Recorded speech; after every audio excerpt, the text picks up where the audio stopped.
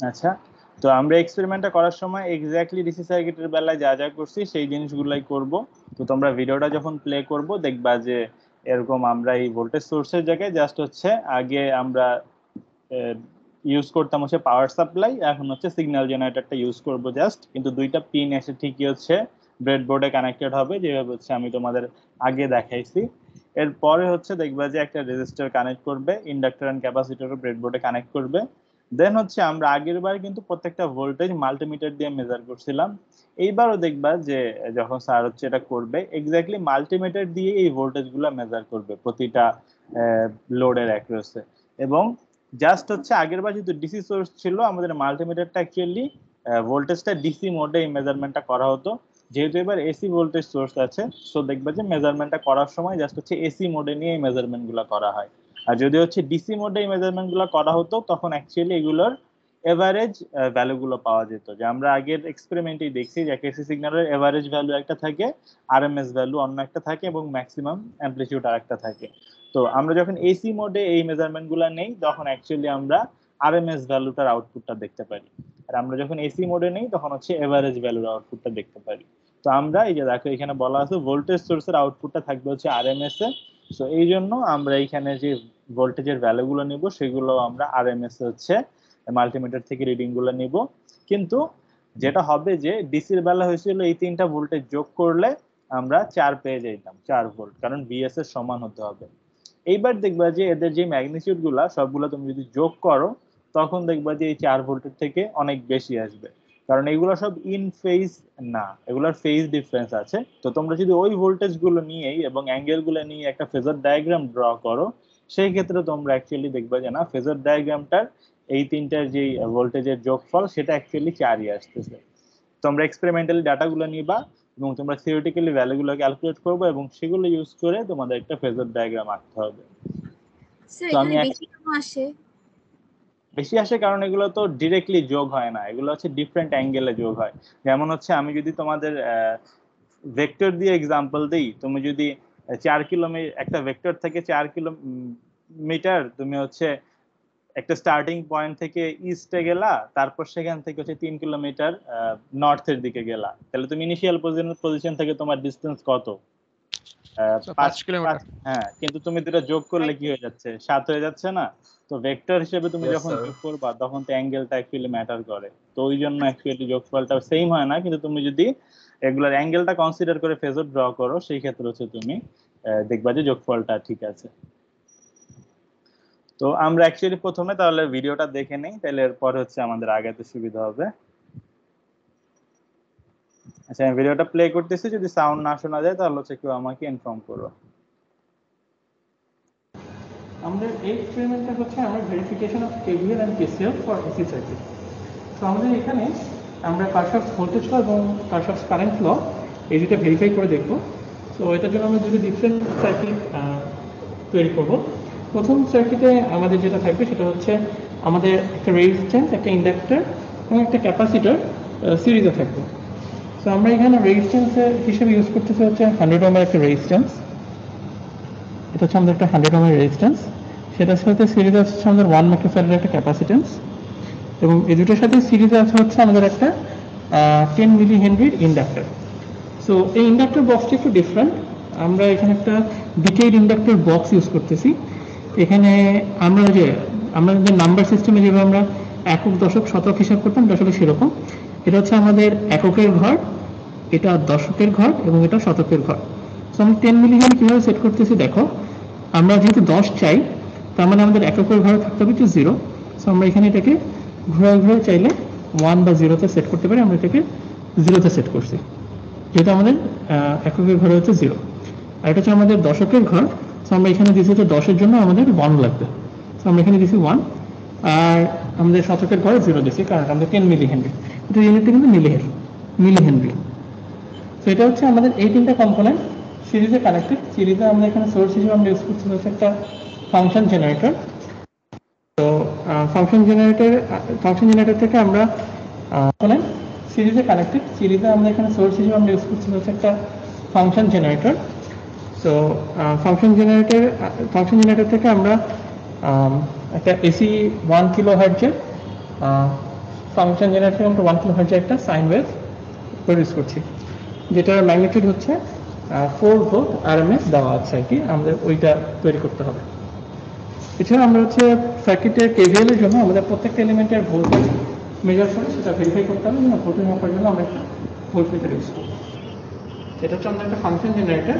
এখানে আমাদের বলা আছে হচ্ছে 4 ভোল্ট আরএমএস ভ্যালু লাগবে 1 কিলোহার্টজের একটা সাইন ওয়েভ। তো আমরা হচ্ছে এখানে একটা অসিলোস্কোপ থেকে দেখতে পাচ্ছি আমরা একটা সাইন ওয়েভ ক্রিয়েট করছি, যেটার ফ্রিকোয়েন্সি 1 কিলোহার্টজ, আর অ্যাম্পলিটিউডটা আমরা এখান থেকে এই নবটা ঘুরে ঘুরে চেক করতে পারবো। তো আমরা যদি এখন ভোল্টেজটা মাপি, আমরা ফার্স্টে আমাদের সোর্সের ভোল্টেজটা মাপি। সোর্স হচ্ছে আমাদের এই ফাংশন জেনারেটর। তো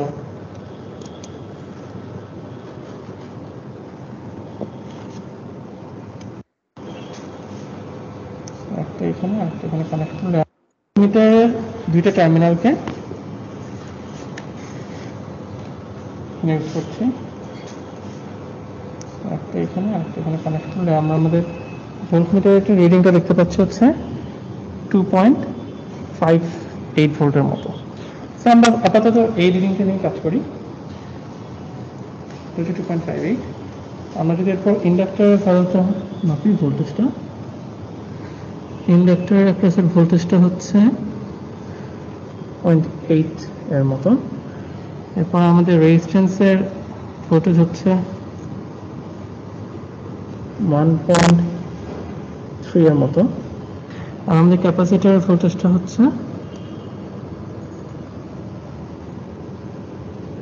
2.4 এর মতো। এই যে এখানে যে ডাটাটা দেওয়া আছে, তোমরা এই এক্সপেরিমেন্টটা করার সময় এই ডাটাটা ইউজ করেই হচ্ছে রিপোর্টটা লিখবা।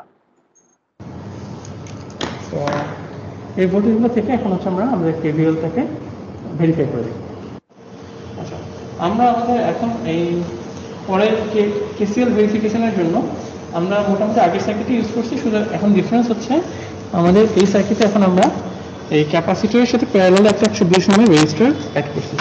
এটা আমরা আমাদের এখানে এই সার্কিটেও দেখতে পাচ্ছি যে আমাদের এই ক্যাপাসিটরের সাথে প্যারালাল একটা 120 নামের রেজিস্টার অ্যাড করছি। আর আরেকটা ডিফারেন্স আছে আমাদের এই ল্যাব সিটের সার্কিটের সাথে, সেটা হচ্ছে আমাদের এখানকার রেজিস্ট্যান্সটা ছিল 120 ওহম। এই সার্কিটটা পুরোপুরি আমরা ফিগার 2তে একই সার্কিট ইউজ করছি, বাট ফিগার 1-এ আমরা এই 120 ওহমের জায়গায় 100 ওহম ইউজ করছিলাম ফিগার 1-এ। এটা একটা ডিফারেন্স। তো এখন হচ্ছে আমরা এই ক্যাপাসিটর ব্রাঞ্চের, রেজিস্ট্যান্স ব্রাঞ্চের এবং টোটাল এই দুটো ব্রাঞ্চের কারেন্ট আলাদা আলাদা মেজার করব, এবং টোটাল কারেন্টটা মেজার করে কেসিএলটা ভেরিফাই করব। তো আমরা হচ্ছে যে আমাদের এই কেসিএল সার্কিটে আমরা হচ্ছে VS, VR, VL, VP, I1 এবং I2 এগুলো মেজার করেছি। তো এরপর এই ভ্যালুগুলো থেকে আমাদের হচ্ছে কেসিএল এবং কেভিএল ভেরিফাই করতে হবে। তো এখানে একটা ব্যাপার খেয়াল করা হচ্ছে, সেটা হচ্ছে যে অনেক সময় দেখা যাবে যে আমাদের এক্সপেরিমেন্টাল ভ্যালুর সাথে থিওরিটিক্যাল ভ্যালু পুরোপুরি ম্যাচ করে না। এর কারণ হচ্ছে এখানে সাধারণত ইনস্ট্রুমেন্টগুলোর কিছু এরর থাকে। সো আর আমাদের রিডিং নেওয়ার সময় কিছু এরর থাকতে পারে, এই জন্য কারণে অনেক সময় পুরোপুরি ভ্যালুগুলো ম্যাচ নাও থাকে। আচ্ছা, তো এখানে আসলে যে জিনিসটা ডিফারেন্স দেখলা যে এক্সপেরিমেন্ট যখন করছে তখন হচ্ছে এই কেভিএল করার সময় এই রেজিস্ট্যান্সের ভ্যালুটা হচ্ছে 100 ওহম দিয়ে করে ফেলছে। আর ভোল্টেজে দেখো 4 ভোল্ট আরএমএস দেওয়া ছিল, কিন্তু তোমরা দেখতেছিলা যে যখন হচ্ছে ভোল্টেজ সোর্সের আরএমএসটা অ্যাকচুয়ালি মেজার করছে আমাদের মাল্টিমিটারটা দিয়ে, তখন দেখা যাচ্ছে 2.5 সামথিং আসছে। তো এটা অ্যাকচুয়ালি মানে এই ভোল্টেজটা দিয়ে এক্সপেরিমেন্টটা করে নাই, জাস্ট তখন যেটা ছিল সেটা দিয়েই করছে। তোমরা রিপোর্ট অ্যাকচুয়ালি ওই ডাটাটা ইউজ করতে পারো, তাহলে হচ্ছে সমস্যা নাই, জাস্ট ফেজর ডায়াগ্রামটা অ্যাকচুয়ালি কোইনসাইড করবে। সো এটা নিয়ে প্রবলেম নাই। এমনিতে যে ভিডিওটা দেখলা, মানে এটা কি আমাদেরকে লিখে দেওয়া হবে ল্যাব শিটে? শোনা জানি তোমার কথাটা আরেকবার বলো। স্যার বলছিলাম যে মানে ওই ভিডিও ডেটা যে ইউজ করতে বলেন স্যার, ওটা কি আমাদের ল্যাব শিটে লেখা থাকবে? আমরা পাবো কিভাবে, নাকি ভিডিও থেকে দেখে নিব আবার? হ্যাঁ, তোমাদের ভিডিওটা আমি আপলোড করে দিব, তোমরা ওইখান থেকে জাস্ট ডাটাটা দেখে নিবা। জাস্ট ডাটাটা ওটাই হতে হবে, মান ভিন্ন হলে সমস্যা হবে? মানবিল তুমি হচ্ছে এক্সপেরিমেন্টাল ডাটা তো তুমি আর পাবা না, তাই না? মানে তোমরা এতদিন হচ্ছে আইডিয়াল ভ্যালু নিয়ে করছো, এই জন্য হচ্ছে তোমার কাছে মনে হচ্ছে যে আমি একটা ধরে নিলে তো সমস্যা নাই। বাট মেইনলি হচ্ছে এইটার কাজ হচ্ছে তুমি হচ্ছে ওখানে যেই ভিএস এর ভ্যালু ছিল সেই ভিএস দিয়ে তুমি সার্কিটটা কনস্ট্রাক্ট করে থিওরিটিক্যাল ভ্যালুগুলোর মান বের করবা। এরপরে হচ্ছে তুমি ওইখানে যে এক্সপেরিমেন্টাল ভ্যালু ছিল সেই ভ্যালুগুলো দেখবা, দেন হচ্ছে তুমি ফেজর ডায়াগ্রাম ড্র করে হচ্ছে দেখাবা যে দুইটা মানে মিলতেছে, যে কেভিএলটা যে আর কেসিএলটা যে ওইখানে অ্যাকচুয়ালি মিলছে। সো এক্সপেরিমেন্টাল ডাটা ছাড়া তো তুমি ওটা করতে পারবা না, ওই জন্য হচ্ছে আমি ওই ডাটা নিয়েই কাজ করতে বলতেছি। আমাদেরকে কি ওই ডাটাটা দিয়ে একটা টেবিল এড করব মানে? হ্যাঁ, মানে ওই তোমাদের তো এমনিতে ডাটা টেবিল অ্যাড করতে হয়, সো ওই ডাটা দিয়ে তোমরা ডাটা টেবিলটা অ্যাড করবা। আর দেখো আমাদের এই প্রসিডিউরটা তো কমপ্লিট হলোই, তোমরা রিপোর্টে দেখো কি বলা আছে যে theoretically calculate all the voltage and current in the circuit shown in figure 1 and figure 2 from the relative magnitude of I1, I2 in the circuit of figure 2। তার মানে তোমাদের কি করতে হবে, যেই ভোল্টেজটা এখানে ধরে নিছিল সেই ভোল্টেজটা কনসিডার করে, এই ভ্যালুগুলো কনসিডার করে তোমাদের এইখানে এই সার্কিট দিয়ে কতটুকু কারেন্ট যাচ্ছে, কোন লোডের অ্যাক্রসে কতটুকু ভোল্টেজ ড্রপ হচ্ছে, এগুলোর যে থিওরিটিক্যাল ভ্যালুগুলো সেগুলো বের করতে হবে। সিমিলারলি এইটার বেলা ফিগার 2 তেও তোমাদের এই ভ্যালুগুলো বের করতে হবে। তোমরা তো আশা করি এত মানে এই কয়েকদিনে এই জিনিসটা জানছো যে এসি সার্কিটে এই ভ্যালুগুলো কিভাবে বের করে, তাই না? Yes sir, yes sir. So এটা তোমরা থিওরিটিক্যালি বের করে নিবা যে এই ভোল্টেজ ড্রপগুলো থিওরিটিক্যালি কত হওয়া উচিত। আর স্যার ভিডিওতে ক্যাপাসিট্যান্সের 1 ফার্স্ট ফিগারের ক্ষেত্রে 1 মাইক্রোফ্যারাড ছিল। আমার যতদূর মনে হয় 1 মাইক্রোফ্যারাড ছিল, এগুলো তো পার্থক্য হওয়ার কথা নাই। খালি স্যার রেজিস্ট্যান্সে 100 ওহম দিয়েছিল, তাই না? 100 ইউজ করছে, হ্যাঁ মানে এখানে এটা 100 ছিল আর বাকিগুলো সেমই ছিল। তাও তোমরা ভিডিওটা আরেকবার দেখে হচ্ছে শিওর হয়ে নিবা। আচ্ছা, সেকেন্ডে কি বলা আছে দেখো রিপোর্টে, assuming the circuit element to be ideal, draw the phasor diagram for both the circuits using experimental data. The diagram should be drawn to scale on graph paper. For figure 1 choose the references I and figure 2 references I2.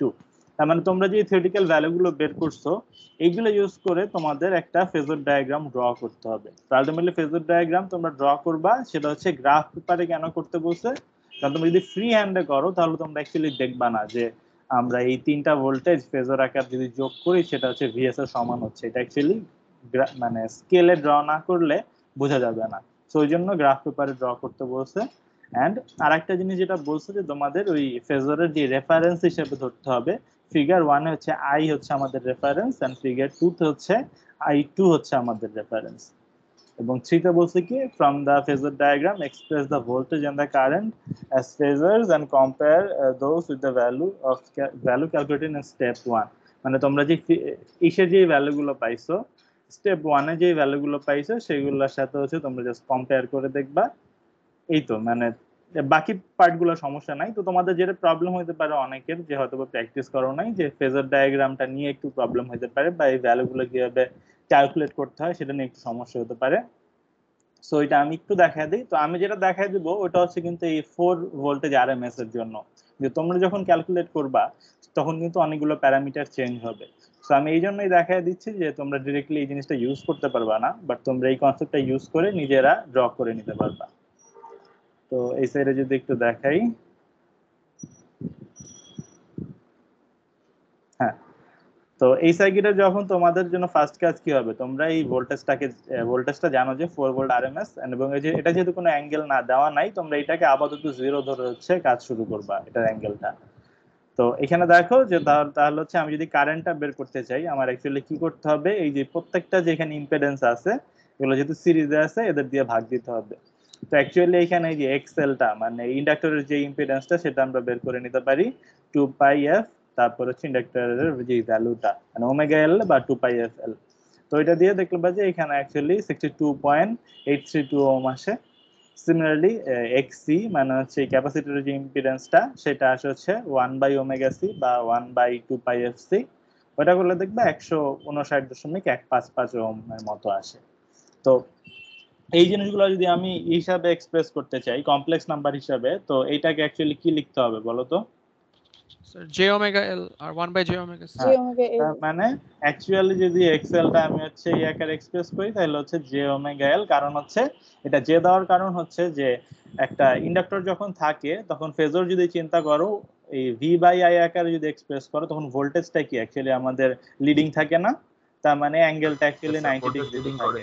হ্যাঁ, so ওই জন্য তোমাদের এই যেটা এখানে চলে আসে যেন এটা হচ্ছে আমার তো আর থিটা আকারে এক্সপ্রেস করছি আর এটা হচ্ছে এক্স প্লাস আই জে আকারে এক্সপ্রেস করা, এই জন্য হচ্ছে জাস্ট এই পার্থক্যটা। সিমিলারলি এক্সি এর যে অ্যামপ্লিটিউডটা, এটা অ্যাকচুয়ালি অ্যামপ্লিটিউড, সেটা অ্যাকচুয়ালি তোমার মানে ম্যাগনিটিউডটা অ্যাকচুয়ালি এইটা, কিন্তু এটা তোমরা যদি আবার ই আকারে এক্সপ্রেস করো তখন এটা হবে 1/z হ্যাঁ মানে এই 1/3 আকারে হচ্ছে ওমেগা সি। হ্যাঁ বা এইভাবে যদি এক্সপ্রেস করো মাইনাস -j⍵c। তারপর ওমেগা সি, এটা লিখতে হবে। সো এটা হচ্ছে আমরা যখন সার্কিটে ইউজ করব তখন হচ্ছে আমরা এই ফরম্যাটগুলো ইউজ করব। তো ইনিশিয়ালি দেখো এই জন্য আমাদের যখন আমরা আই বের করতে গেছি উপরে হচ্ছে ভিএস এর মান 4 আর অ্যাঙ্গেল তো 0ই, আর নিচে দেখো এই 120 প্লাস এটার সাথে যেহেতু জে আর এটার সাথে যেহেতু minus J, so direct J নিয়ে হচ্ছে তোমরা বিয়োগ দিয়ে দিতে পারবা। তখন যে অ্যাঙ্গেলটা আসে সেটা দেখো যে এই যে কারেন্টের ভ্যালু আসবে এইটা। তো এখানেই বুঝতে পারতেছো যে আমাদের এই ফিগারটা যদি দেখো যে এটা যদি আমাদের তাহলে ভিএস এর ডিরেকশন হয়, আর এটা যদি আমরা 38.754 ধরি, আর আই তো খুব ছোট, আমরা একটু বড় করে দেখালাম যে অ্যাঙ্গেলটা অ্যাকচুয়ালি এমন হয় কারেন্টের সাপেক্ষে, যে কারেন্টটা কি থাকে এখানে লিডিং থাকে ভোল্টেজের সাপেক্ষে। তো আমাদের দেখো যখন ফেজর ডায়াগ্রামটা ড্র করতে বলছে কি বলা ছিল, বলা ছিল যে আমাদের এটা কারেন্টের সাপেক্ষে আমাদের ফেজর ডায়াগ্রাম আঁকতে হবে, ঠিক না? তো আমরা তো এখানে VS0 ধরে টোটাল ক্যালকুলেশনটা করছি। এখন আমরা সেম ক্যালকুলেশনটা করব যেখানে আমাদের রেফারেন্সটা থাকবে এই যে আই এর রেফারেন্সে, তার মানে আছে এই অ্যাঙ্গেলটা হচ্ছে আমরা আই এর ডিরেকশন। তো সেই হিসাবে তোমরা যদি ড্র করো দেখো এই যে ভিআর এর ভ্যালু তোমরা যখন ক্যালকুলেট করবা এই আই এর ফেজরটা দিয়ে দিবা এবং আর তো 120, তো তখন দেখা যাবে যে এই অ্যাঙ্গেলটা চেঞ্জ হবে না, জাস্ট ম্যাগনিটিউডটা চেঞ্জ হয়। তো ভিআর এর যে ডিরেকশনটা সেটাই কারেন্টের দিক বরাবরই থাকে। ভিএল এর জন্য তোমরা যখন করতে যাবা তখন ওই যে জে এক্সএল দিয়ে গুণ দেওয়া লাগতেছে আই কে, তো তখন এই ডিরেকশনটা দেখো 1.633 এবং এর ম্যাগনিটিউড অ্যাঙ্গেলটা হয়ে যায় হচ্ছে 128। তো দেখো আমাদের রেফারেন্স যদি হচ্ছে এইটা থাকে এই যে 38 এবং আমাদের এইটার থেকে 128 এর ডিসটেন্স আসলে কত, অ্যাঙ্গুলার ডিসটেন্স 90 ডিগ্রি না? Yes sir. তাহলে এই যে আমাদের এইটা সাপোজ হচ্ছে ভিএল, কারণ হচ্ছে এই যে এটা যদি হচ্ছে আই হয় আই এর সাপেক্ষে 90 ডিগ্রি অ্যাঙ্গেলে আছে, তার মানে অ্যাকচুয়ালি আমাদের এই অ্যাক্সিসে কিন্তু জিরো অ্যাকচুয়ালি এই বরাবর, মানে আমরা যে ক্যালকুলেশনের যে 0 ডিগ্রি অ্যাঙ্গেল তা কিন্তু অ্যাকচুয়ালি সাপোজ এই বরাবর একটা লাইন গেছে সেই দিকে, এটা হচ্ছে 38। আমরা জিরোটা দিকে রেফারেন্স ধরবো তাই না? মানে যদি ভিআর কে রেফারেন্স ধরি তাহলে স্যার মানগুলো কিসের ভিত্তিতে বসাবো? মানে আমাদের ক্যালকুলেশনের অ্যাঙ্গেলের রেফারেন্স ছিল কিন্তু ভিএস, কারণ ভিএস এর কোনো অ্যাঙ্গেল দেওয়া ছিল না, কিন্তু ফেজর আঁকার সময় আমাদের কিন্তু আই কে রেফারেন্স ধরে করতে বলছিল, তোমরা যদি ল্যাব শিটটা দেখো ওই জন্য হচ্ছে আমরা এই যে আই কে রেফারেন্স ধরে আই এর সাপেক্ষে আমরা জাস্ট বিয়োগফলটা বের করে ড্র করতেছি। যেমন এইখানে আমাদের দেখো এটা অ্যাঙ্গেল হচ্ছে 38, তো আমরা আসলে এই এক্সিস এর সাপেক্ষে আসলে কত ডিগ্রি অ্যাঙ্গেলে থাকবে তার জন্য আমরা 38.8 থেকে এই অ্যাঙ্গেলটাকে বিয়োগ দিতেছি, দিয়ে যখন দেখছি 0 পাইতেছি তো আমরা এটা বরাবরই ড্র করতেছি। এইখানে দেখতেছি কি আমাদের অ্যাঙ্গেলটা কত হবে এক্স এর সাপেক্ষে 128.754 মাইনাস এটা করলে এই 90 ডিগ্রি পাচ্ছি, এই জন্য 90 তে এটার বেলায় সেম, এটা যেহেতু মাইনাস আছে তো তখন মাইনাস করলে দেখবে যে মাইনাস 90 ডিগ্রি আসতেছে, তো আমাদের এই ভিসিটা ওই বরাবর। তো এখন আমাদের যে এইম আমাদের এই তিনটা যোগ করে দেখাইতে হবে যে এর যোগফল অ্যাকচুয়ালি এই 4 0ই আসে। তো আমরা 40টাও এখানে অ্যাকচুয়ালি ড্র করে ফেলছি, যে এটা যেহেতু 0 ডিগ্রি অ্যাঙ্গেল মানে হচ্ছে এই যে এই বরাবর, যেহেতু 38 হচ্ছে আমাদের এই এক্সিসটা, তো আমরা যদি এর থেকে কমাইতে চাই তখন আমাদের কি ক্লকওয়াইজ ডিরেকশনের এই দিকে আসা লাগে, তার মানে এইটা হচ্ছে আমাদের সেই VS0 যে ফেজারটা। তো তোমরা যখন আঁকবা এটা তো ইনিশিয়ালি ড্র করলা, কিন্তু আমাদের তো দেখাতে হবে যে এটা যোগফল অ্যাকচুয়ালি সেম। তো তখন তোমরা হচ্ছে এই যে যেটা করবা এই যে দেখো এই যে ভেক্টর এটার সাথে এটা যোগ দিলাম, দেন তার সাথে হচ্ছে এই যে এটা যোগ দিলাম, তখন আমাদের যোগফলটা এই যে লাল অ্যারোটা সমান আসলো। বুঝতে পারছো? জি স্যার। এইভাবে হচ্ছে তোমরা এরকম কিছু আমরা গ্রাফে আঁকবো স্যার, স্যার গ্রাফেও কি এরকম চতুর্ভুজটা কে দেখালো? হ্যাঁ তখন হচ্ছে তোমাদের যে গ্রাফের ডায়াগ্রামটা এরকম হবে যে তোমরা প্রত্যেকটা ফেজার একটা ফেজার ড্র করবা, তারপর তার ইনিশিয়াল পয়েন্ট থেকে আরেকটা ফেজার হচ্ছে এইভাবে আঁকবা, দেন তার ইনিশিয়াল পয়েন্ট থেকে আরেকটা ফেজার আঁকবা, তো দেখবা লাস্টের যে ফেজারটা তার ফাইনাল পয়েন্টটা অ্যাকচুয়ালি আমাদের যে আউটপুট ফেজার তার সাথে কোইনসাইড করতেছে। তো কোইনসাইড তখনই করবে যখন হচ্ছে তোমরা এটা স্কেলে ড্র করবা, মানে হচ্ছে অ্যাকচুয়ালি বুঝবা যে কত। হ্যাঁ কি বললা?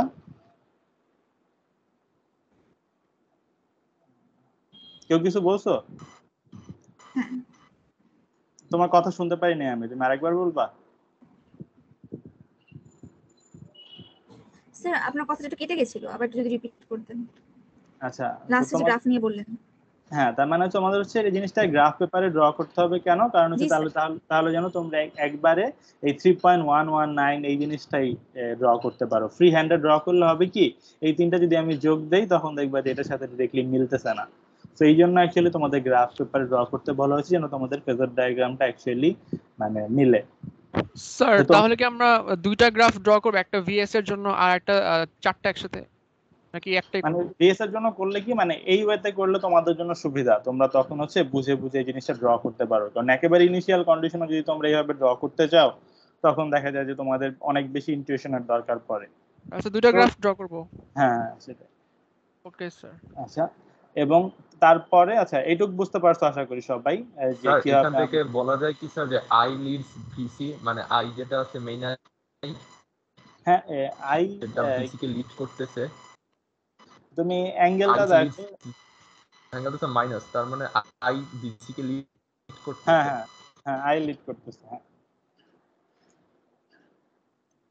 এমনিতেও তুমি দেখো যে যে কোনো কন্ডিশনে আই কিন্তু ভিসি কে লিড করে যদি সিরিজ সার্কিট হয়। কারণ তোমার ভিসি এর তুমি যদি অ্যাঙ্গেলটা দেখো তখন কিন্তু এটার অ্যাঙ্গেলটা এমন, এই যে যদি জেড সির কথা চিন্তা করো সেটার অ্যাঙ্গেল কি থাকে, ম্যাগনিটিউড অফ জেড সি আর -90 ডিগ্রি থাকে না। তো এটা অ্যাকচুয়ালি তো মেইনলি তোমার এই ভি বাই আই। তো দেখো এখানে অ্যাকচুয়ালি কি হয়, কখন আসলে এটা রেশিওটা -90 হয়, যখন এই জায়গায় সাপোজ হচ্ছে যে অ্যাঙ্গেলটা থাকবে, যদি থিটা থাকে এই অ্যাঙ্গেলটা তখন কি তার থেকে 90 ডিগ্রি লিডিং এ থাকা লাগবে না, আদারওয়াইজ তো এই অ্যাঙ্গেলটা আসবে না। তো এই জন্য তোমার এইসব সময় যখন একটা ক্যাপাসিটরের মধ্যে দিয়ে হচ্ছে কোনো কারেন্ট যায়, তখন তুমি যদি আইসিটা নাও আর ক্যাপাসিটর অ্যাক্রসের ভিসিটা নাও, তখন এই কারেন্টটা অলওয়েজ লিড করবে এই ভিসি কে। বুঝতে পারছো? Sir thank you sir. আচ্ছা, তো এখন আমরা তাহলে কেসিএলটা একটু দেখবো। যেহেতু হচ্ছে আমাদের এই সার্কিটটা মেইনলি প্যারালাল সার্কিট হিসেবে ড্র করা হয়েছে কেসিএলটা প্রুফ করার জন্য। তো এটাও আমরা সেম ওয়েতে কিন্তু সলভ করতে পারতাম, বাট প্রবলেম হচ্ছে কি, আমরা এখানে সাপোজ ভি বাই টোটাল যেই ইম্পিডেন্সটার যোগফল সেটা দিতে পারতেছি না, কারণ হচ্ছে এখানে আবার একটা প্যারালাল কম্বিনেশন আছে। তো এখানে যদি সাপোজ কোনো ইম্পিডেন্স না থেকে কোনো রেজিস্ট্যান্স থাকতো সবগুলা, তাহলে তোমরা কি করতে, এটার একটা ইকুইভ্যালেন্ট রেজিস্ট্যান্স বের করে নিতা না, তারপরে সেটাকে তোমরা হচ্ছে সার্কিটে রিপ্লেস করে এরপরে তিনটা যোগ দিতা, দেন এইখানে ভাগ দিতা। তো আমরা সেটাই করছি, বাট আমরা করছি কি আগেই এটার যে ইকুইভ্যালেন্ট ইম্পিডেন্সটা সেটা বের করে নিয়েছি। তো সেটা কি বের করা যাবে, যে এই জেড ইকিউটা বের করার জন্য তোমরা যেটা করবা, এটার ফর্মুলাটা কি, যে যদি জাস্ট দুইটা কম্পোনেন্ট থাকে তার প্যারালাল কম্বিনেশন হয় হচ্ছে যে, সরি, যদি এক্স সি ইকুয়াল টু আমরা হচ্ছে minus j by omega C বা 1/j ওমেগা সি, এটা দিয়ে তোমরা যদি বের করো, সেটা হয়ে গেলে তোমরা তাহলে কি করবা, এই এক্সসি বাই এক্সসি ইন্টু এখানে কত 120 আর 120 প্লাস এক্সসি, এটা যদি করো তাহলে হচ্ছে এই যে এই ভ্যালুটা পেয়ে যাবা। সো এইটাই হচ্ছে তোমাদের তাইলে যে ইকুইভ্যালেন্ট ইম্পিডেন্স, সেটাই হচ্ছে তোমার এই ব্রাঞ্চটার এই প্যারালাল কম্বিনেশনের ইকুইভ্যালেন্ট ইম্পিডেন্স। তো সেটা যখন আমরা পেয়ে যাই তখন সেম সিচুয়েশনে আমরা এই ফর্মুলাটা অ্যাপ্লাই করে আমরা এখানে যে কারেন্টটা সেটা বের করে ফেলতে পারি। তো আমরা দেখি যে এখানে কারেন্টের ভ্যালুটা খুবই কম, 0.02265, আর অ্যাঙ্গেলটা হচ্ছে একটা ল্যাগিং কারেন্ট, কিন্তু এটা -1.67। তো এখানে যদি দেখো যে আমরা ডেল্টা যদি ড্র করি, এটা যদি ভিএস হয় তাহলে এটা হচ্ছে আমাদের সেই আই যেটা হচ্ছে ল্যাগিং কন্ডিশনে আছে, খুব ছোট একটা কারেন্ট নিয়ে। তো এখন আমাদের মেইন টাস্ক যেটা, যে I1 আর I2 বের করা। তো আমি এটার জন্য কোনো কমপ্লেক্স কম্পিটিশনে না যেটা করছি, যে তোমরা কারেন্ট ডিভিশন লটা পড়ছো না সবাই, এর নিয়ে আইডিয়া আছে, যে একটা প্যারালাল ব্রাঞ্চ যদি থাকে আর আমি যদি মেইন কারেন্টটা জানি, তাহলে আমি কোন ব্রাঞ্চ দিয়ে কতটুকু কারেন্ট যাচ্ছে তা কিন্তু বের করে ফেলতে পারি। Sir current divider law apply করব। জি স্যার, অপোজিটের ইয়াটা দিব, রেজিস্ট্যান্সটা দিব নিচে ফুল। আচ্ছা, তোমরা একটু ওয়েট করো তো, আমার একটা কল আসছে।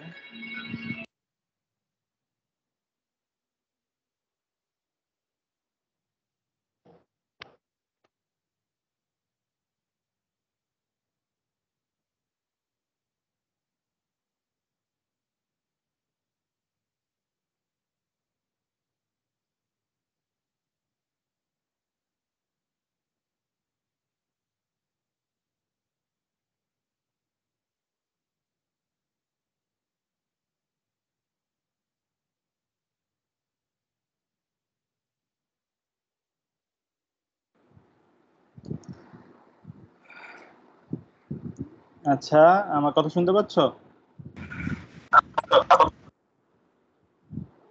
আচ্ছা, তো কারেন্ট ডিভিশন লর কথা বলতেছিলাম আমরা, যে তাহলে কারেন্ট ডিভিশন লটা কিভাবে কাজ করে, যদি হচ্ছে এই টাইপ হচ্ছে দুইটা ব্রাঞ্চ থাকে, এটা যদি হচ্ছে আমাদের আমরা ইম্পিডেন্স দিয়ে বলি, যেহেতু হচ্ছে আমাদের টপিকটা ইম্পিডেন্স, এটা যদি x1 এটা যদি x2 হয়, এটা যদি হচ্ছে i1 এটা যদি হচ্ছে i2 হয়, আর এটা যদি আমাদের সেই মেইন কারেন্টটা হয় i, তখন আমরা অ্যাকচুয়ালি i1 এর ভ্যালু হয় কি হিসাবে, যে এটা হবে হচ্ছে x1 প্লাস x2, আর যেহেতু আমরা i1 চাই তার মানে উপরে x2 দিব এবং পুরোটাকে i দিয়ে গুণ দিব।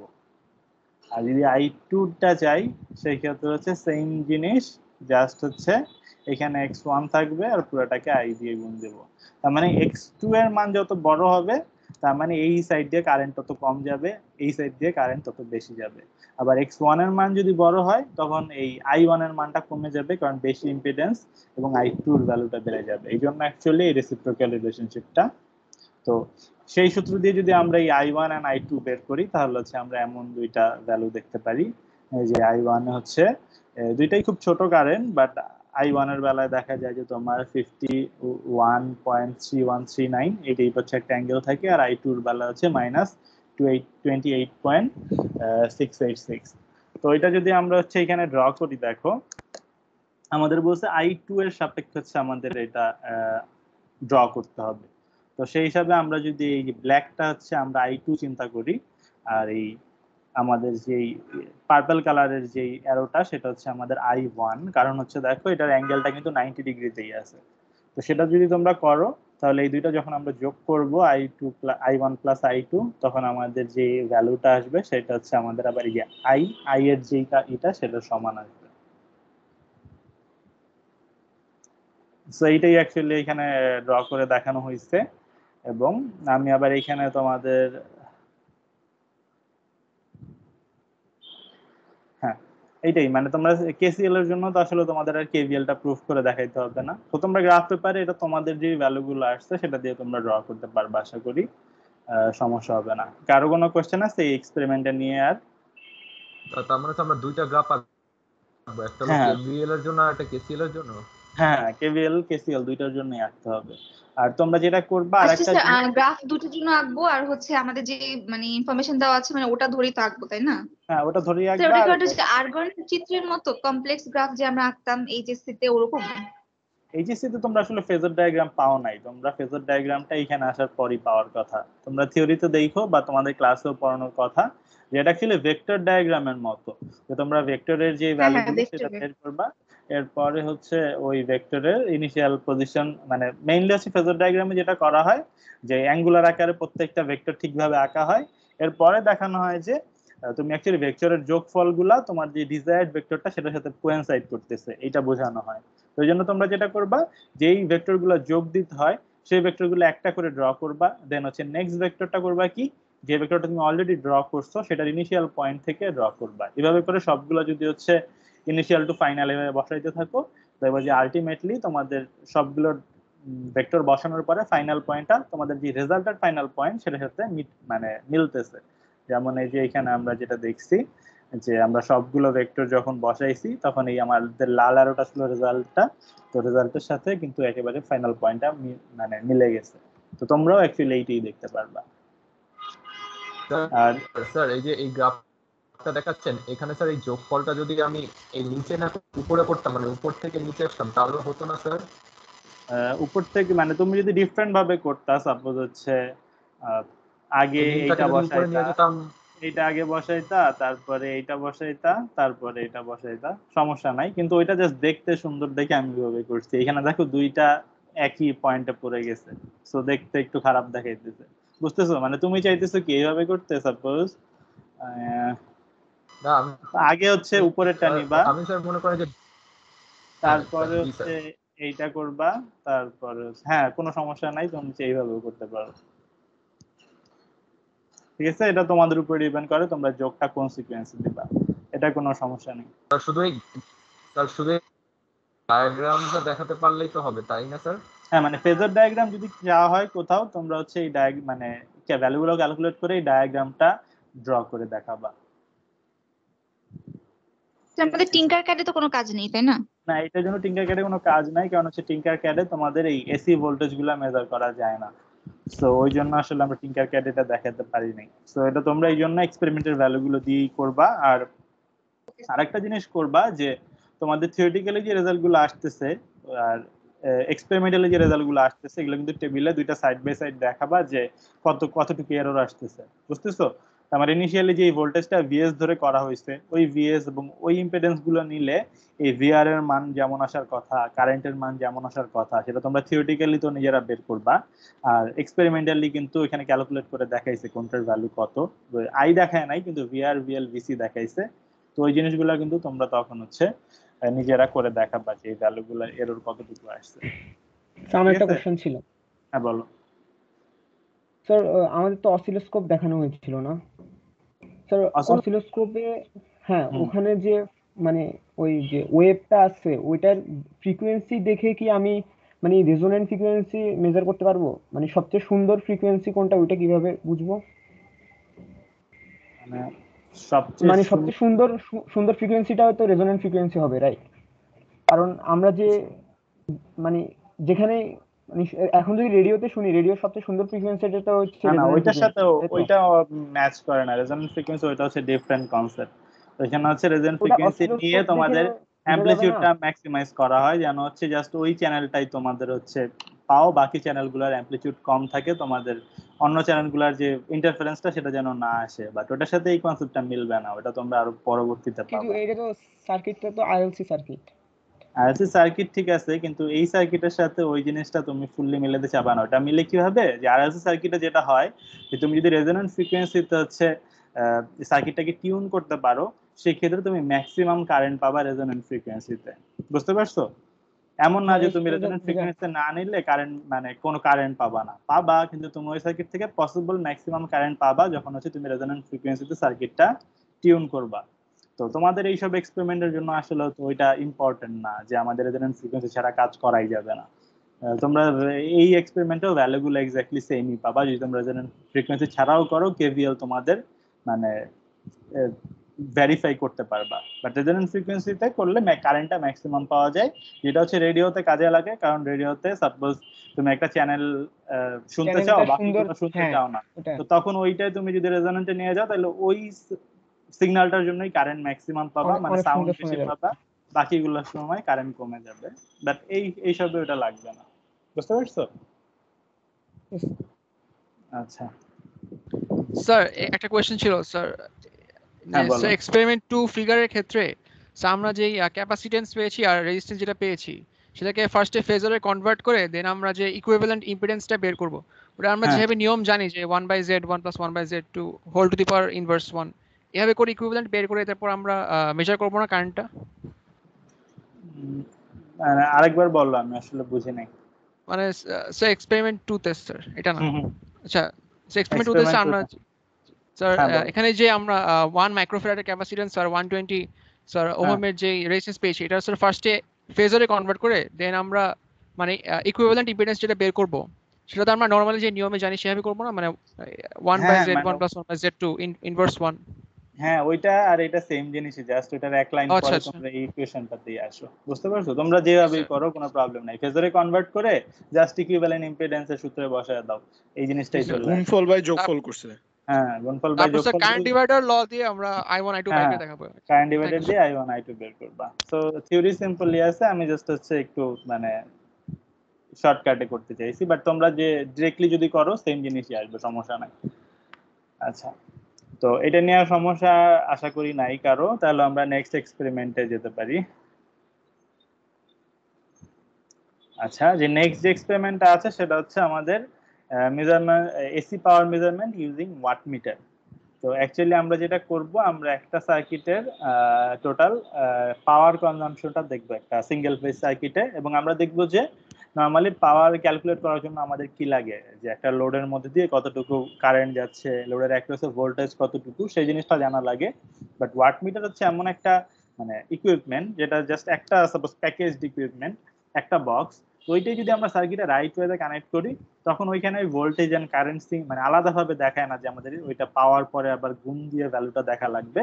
ওয়াটমিটার হচ্ছে ডিরেক্টলি আমাদের পাওয়ারের মেজারমেন্টটা দিয়ে দেয়। তো ওই জন্য এটা হচ্ছে তোমাদের একটু কাজের, যে আমরা কোনো সার্কিটের সাপোজ পাওয়ার কনজাম্পশন জানতে চাচ্ছি, তো আমরা ডিরেক্ট ওয়াটমিটার কানেক্ট করে দিলে আমরা পাওয়ার আউটপুটটা পেয়ে যাই। তো আমাদের আর voltage and current individually measure করা লাগতেছে না। তো এই এক্সপেরিমেন্টে তোমরা জাস্ট ওইটাই দেখবা যে একটা ওয়াটমিটার কিভাবে ইউজ করে, মানে সার্কিটে কিভাবে কানেক্ট করে, এবং সাথে দেখবা যে মানে আমরা এক্সপেরিমেন্টালি দেখবো যে আমরা সাপোজ এটা একটা ল্যাম্প বোর্ডের একটা সাথে কানেক্ট করব।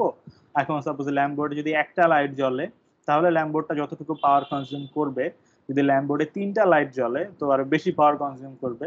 আমরা ওইটাই দেখবো যে আমরা ল্যাম্পের নাম্বার যখন চেঞ্জ করব দেখবো যে ওয়াটমিটারের রিডিংটাও চেঞ্জ হচ্ছে, যে তখন ওয়াটমিটার আমরা দেখতে পারবো যে যখন পাওয়ার গুলো চেঞ্জ করতেছি, সুইচ গুলো অন অফ করতেছি, ওই অনুযায়ী ওয়াটমিটারের রিডিং গুলাও ভ্যারি করতেছে। ঠিক আছে, তো আমি একটু এখানে দেখাই যেন হচ্ছে তোমরা পরবর্তীতে ভিডিওটা দেখলে একটু আইডিয়া করতে পারো। তোমরা তো ওয়াটমিটারের থিওরি প্রবাবলি পড়ছো কি এখনো থিওরি ক্লাসে?